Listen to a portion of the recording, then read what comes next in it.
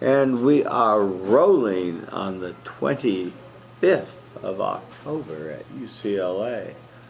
Part 2 of our film speeches, where it's another beautiful sunny day. The sunshine is shining. We're about to hear from Hannah and her favorite film speech.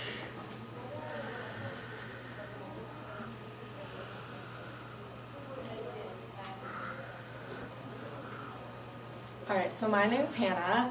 Hi, Hannah. I didn't think that there would be anything in this world that would make me want to walk 11,000 miles from the Mojave Desert up through the Sierra Nevada mountain range.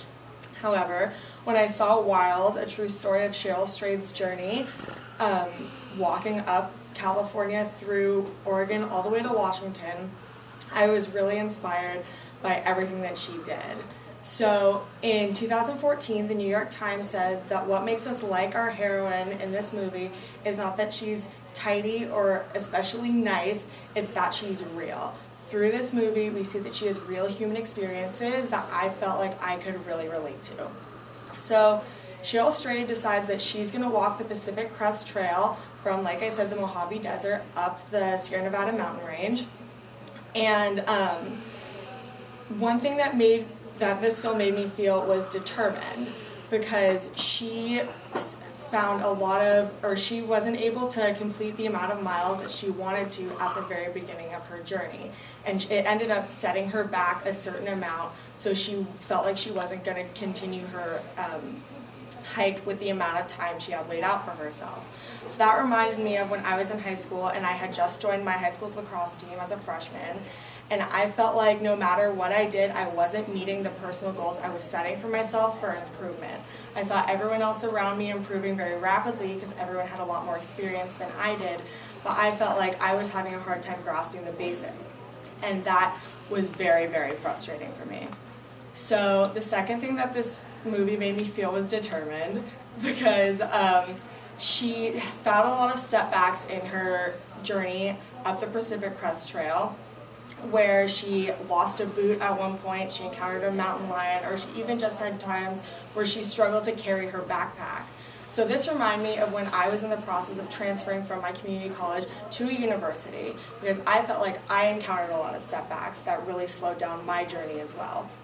So there were times when I had professors that lost my tests, therefore lowering my grade a significant amount, and I even had one administrator at my community college who would not let me access my transcripts at a crucial point in the application process. However, I really found motivation, like Cheryl did in this movie, to keep persevering and know that if I really tried as hard as I could, I would end up at the goal that I wanted to be at. And then the final way that this film made me feel was inspired. So at the very end of the movie, after she walks 11,000 miles, she ends up at the Bridge of the Gods, which is this incredible place right at the Oregon-Washington border, and that was where she decided that was the end of her journey. By no means did that mean that she didn't have a lot more progressing in life to do, but that was the goal that she'd set for herself, and after that she could move forward with her life. So that reminded me of my life when I moved to LA a couple months ago before school started. I'd put so much of my time, my effort, focusing on this one goal of moving here, and when I finally did it, I felt so happy and so inspired by myself that I had been able to achieve that. So I felt like even though I put in all this work and I didn't know what was going to come next, I was still able to really do something that I cared about, and I feel like now I can do anything else that I set my mind to, regardless of the path that I'm going to take afterwards. So this movie really did a good job of capturing my heart and really making me feel a lot of different things that I could relate to my life. And so those things were determined, frustrated, and inspired. And who knows, maybe one day I will even end up walking 11,000 miles just like her, but if not, I know that I can still share some of the experiences and things that she went through. Thank you. 405.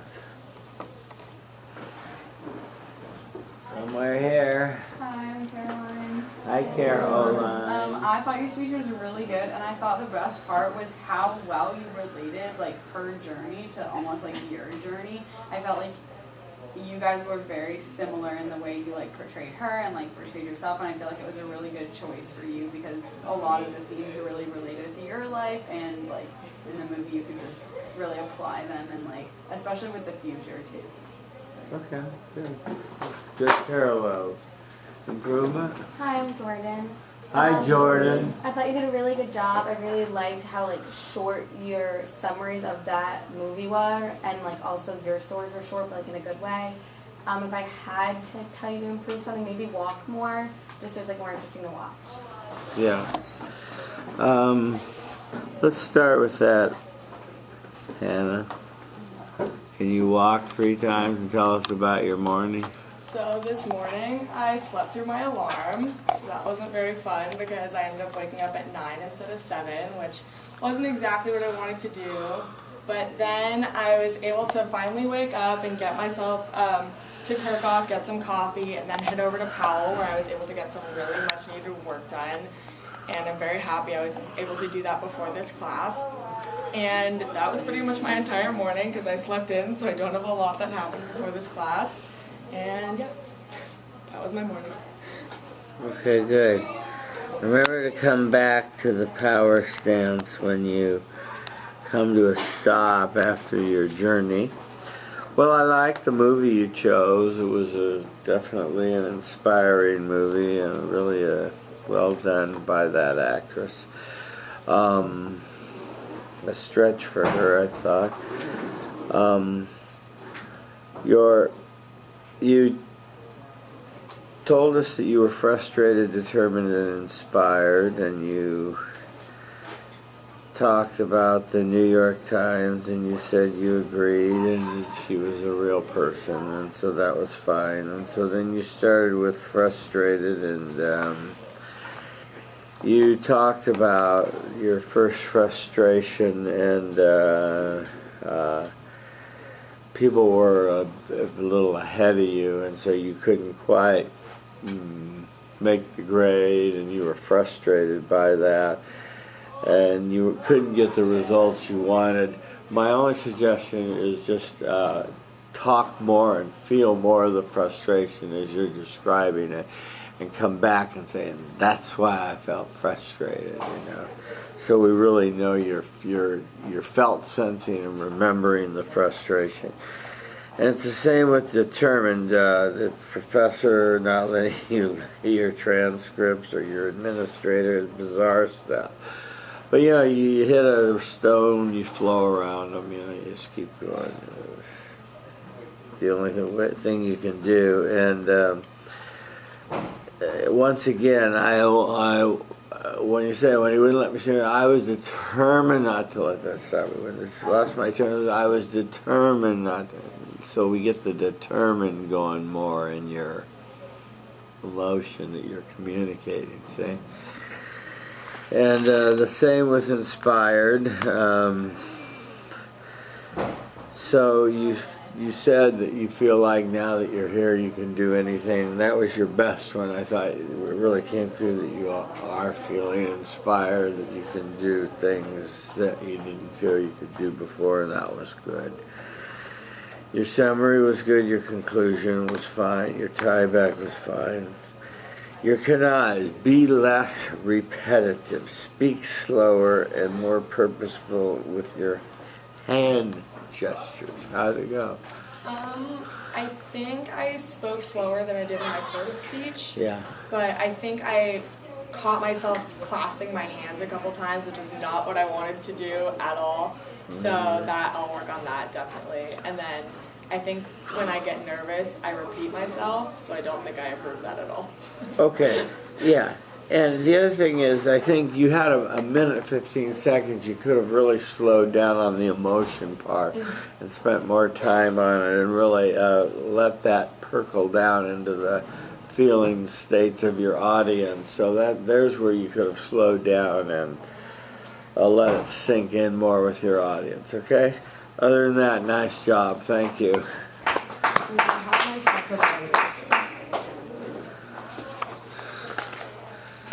Do you have your self-evaluation? Okay. Do we have any more, or or shall we call it a day, or does someone want to do their intro speech? We'll do an intro speech. Okay, we'll do an intro speech.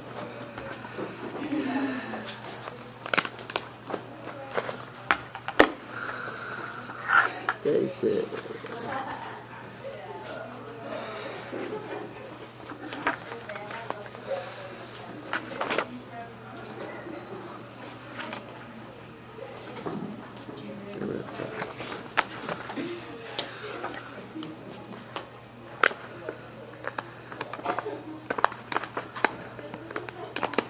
My stapler.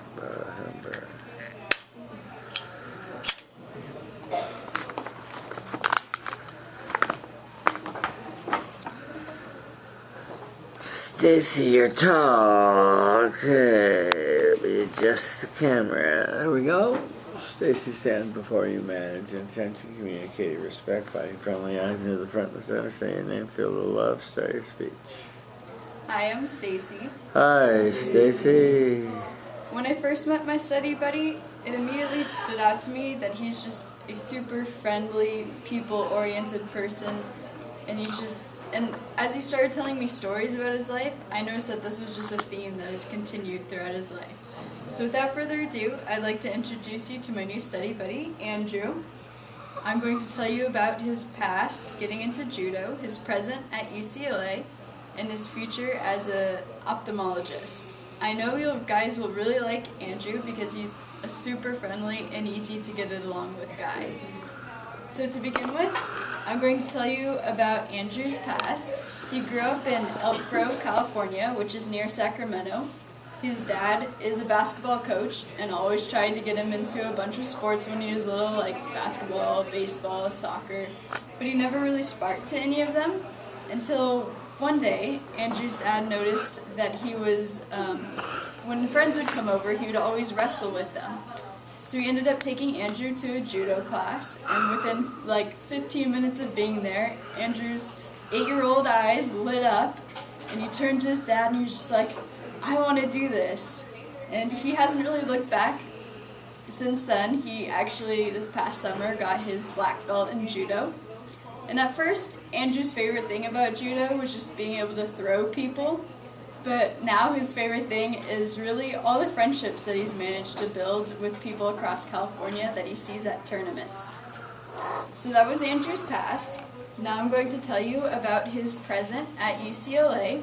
He's a third-year biology major. He's an assistant coach at the judo club team. He's also a member of a Pre-Health Honor Society, AED. And joining this has really helped him solidify his passion for ophthalmology. He currently works as a optometric assistant in downtown LA, where his favorite part is interacting with his patients and talking to them. He does have a favorite patient. There's this sweet old lady that comes in and always tells him stories about her life and how she used to be a news reporter and used to actually interview the doctor at the ophthalmologist's office. He thinks that overall it's a really rewarding experience, and he just likes being able to help people. So that was Andrew's present at UCLA. Now I'm going to tell you about his future. He wants to, after he graduates UCLA, he wants to go to optometry school, and he hopes to one day open his own practice. But his main goal is really just to be able to help people and make someone's day every day. He also wants to travel, but he still wants to remain close to family and friends. So in conclusion, I've told you about Andrew's past, getting into judo, his present at UCLA, and his future as an ophthalmologist. As you can see, he's a really friendly and fun guy to get along with, and I know you all really like him. Ladies and gentlemen, I give you... Ladies and gentlemen, I give you Andrew. Thank you. Where are we? Here. Hi, my name is Leslie. Hi, Leslie. I really like the stories you told about him. It seems like you really got to know him, and I also like how you walk. Good walking, yeah. Improvement? Hi, I'm Melissa. Hi, Alyssa. I really liked your speech and you told good stories, but maybe make the transitions a little smoother. Okay. Yeah.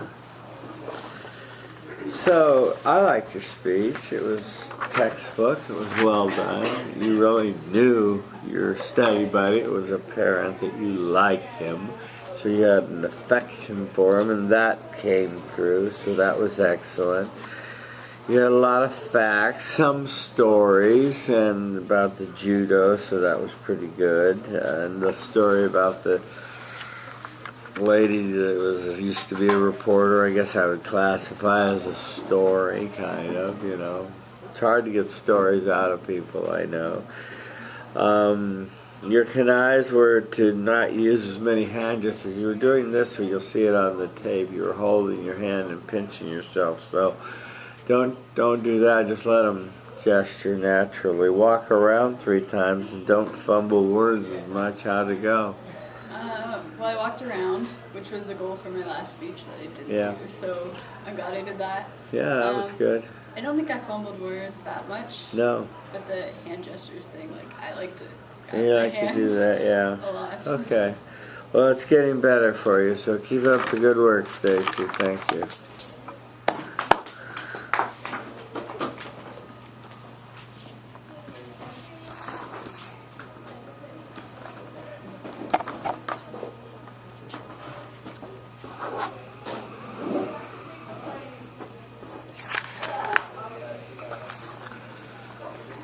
Okay, rock and roll. Good afternoon, everyone. I'm Andrew. Hi, Andrew. And we all have that one friend who, when you're driving with them and they're driving, they need every little direction that or every little instruction in where to get, in how to get to where they want to go. They need Google Maps, they need their phone, and without it, or if there's a detour that arises, they panic. And the same thing happens in life. There's always people who want a specific route, a specific direction in where they're going in order to get to their goal. But we all know that rarely happens.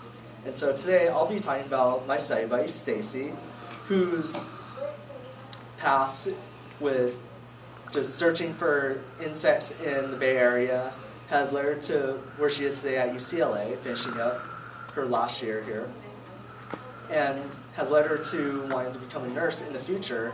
And there was never a specific route that she wanted to take, but she just had an idea of which direction to go to.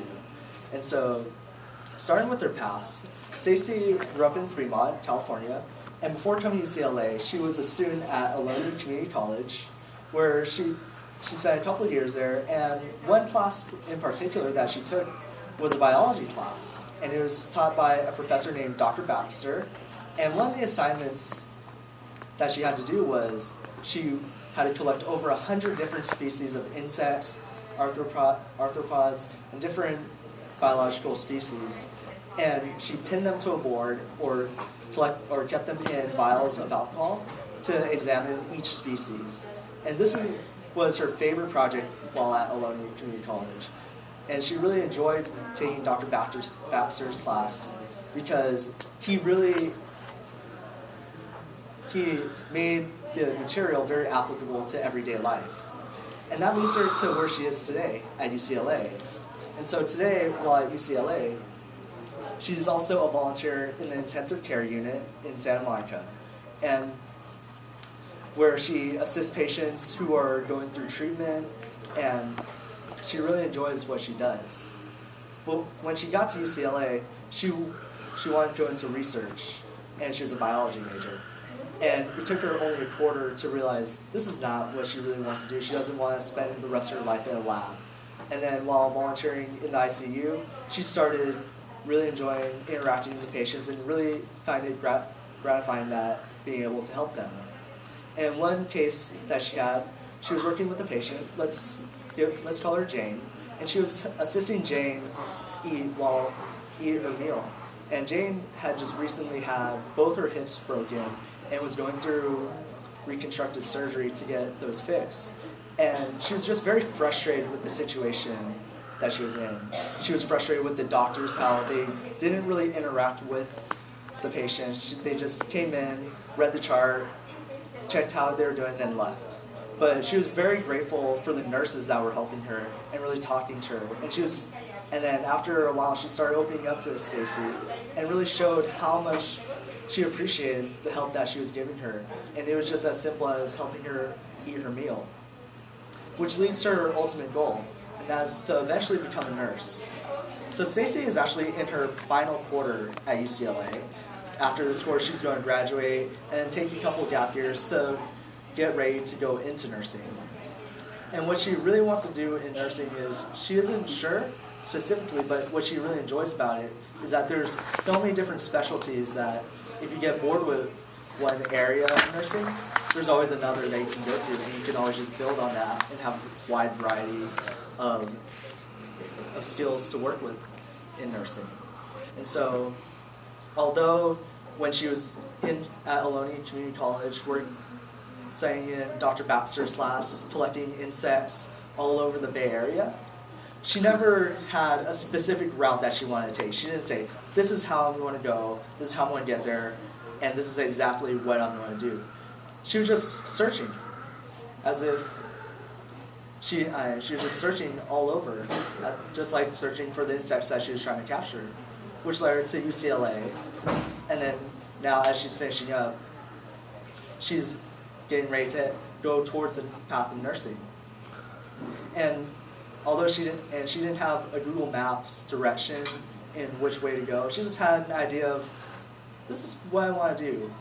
And as she just went along with it, she eventually started finding her passion, and as she's beginning to finish up, she has an idea of where she wants to go. And I know if you ever get a chance to talk to Stacy, she's a great person. And ladies and gentlemen, I give you my study buddy, Stacy. Thank you. 449. Yeah, we're back to you. Hi, I'm still Hannah. Hi, Hannah. I really liked your speech. I like that the bug finding metaphor, kind of like it was in your intro and your conclusion, and it tied to one of the stories in the middle. So I felt like that was a really good, consistent thread throughout that I really enjoyed.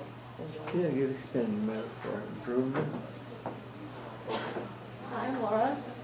Hi, Laura. I really liked your speech, and I really liked how you used like the Google Maps driving directions analogy at the beginning and the end. The only problem that might be was that at the end it got a little bit repetitive, so maybe just like make it a little bit more concise. Yeah. Okay, good. It was clear, Andrew, you have an affection for Stacy, and that came through. You respect her. And so that affection and respect came through. I love the stories that you told. I love the stories of her collecting the bugs for Dr. Baxter's class and trying to find 100 different species all over the Bay Area. Sounds like somewhat of a daunting task. The present, she learned she didn't want to do biology but microbiology, and now nursing. And I like the story of her connecting with the patient with the broken hips. Those were good stories that you told, not just factoids about Stacy, so that was good. Summary was good, conclusion was good, the tieback was suggested a little bit long. I don't see canais here, are they somewhere? It's at the last part of the page. Here on this It says voice. says what? On the second page. It's the last part. It says Oh, here it is, okay. Speak slower, move with purpose, and stick to the prompt. How'd it go? I felt like sitting to the prompt was really good, telling the stories, and then moving. I felt like I wasn't pacing as much as I was before. Yeah. I moved this way, told the first story, came back over here. Yes, told the second, better. back to the second. Yeah. And then I felt that I spoke a little slower and Yeah, that's varied good. my speech a little bit better. Great improvement. Thank you. Okay, folks, our work is done for the day. Return with honor. Once you're on the syllabus, it's just to watch the TED Talk for Thursday. Yeah. The one that's on the syllabus. Yeah, watch the TED Talk for Thursday. And if any of you are interested in extra credit, I mentioned in the email I sent you, you can see me now. It's judging at Santa Monica College on Friday, so go from 12 to 6. So see me if you're interested.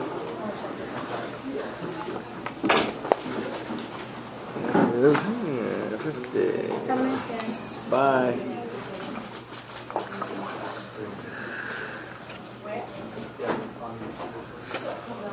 Oh, yeah.